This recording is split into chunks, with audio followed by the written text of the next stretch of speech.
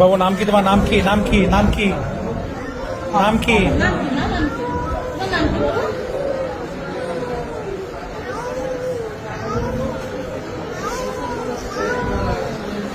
কি হয়েছে তোমার বলো তো? বিড়াল কি মানে ঘরের বিড়াল না বাড়ি আস?